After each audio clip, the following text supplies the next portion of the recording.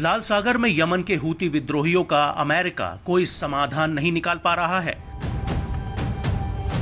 Israel Hamas में जारी जंगी हालात के बीच यमन के हूती विद्रोहियों ने समंदर में जबरदस्त खौफ मचाकर रखा है।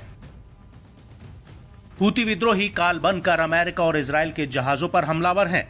हूती लड़ाके जहाजों पर कभी ड्रोन से तो कभी लंबी दूरी की खतरनाक मिसाइलों से हमला कर बड़े ऑपरेशंस को अंजाम दे रहे हैं।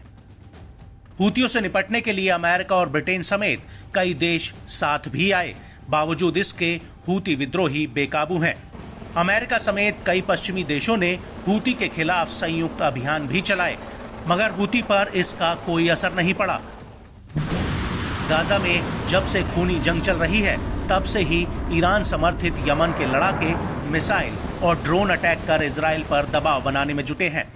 इस कड़ी में यमन के हूती ने 16 जून 2023 को भी लाल सागर और अरब सागर में अमेरिका और उसके सहयोगी देशों के जहाजों को निशाना बनाया है।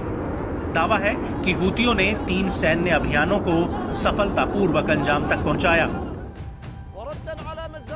हूती के प्रवक्ता ब्रिगेडियर जनरल याया सारी ने खुलासा किया कि यमन आर्म फोर्सेज ने लाल सागर में कई बैलिस्टिक मिसाइलों से एक अमेरिकी डिस्ट्रॉयर को निशाना बनाया, जिससे उसे काफी नुकसान पहुंचा है।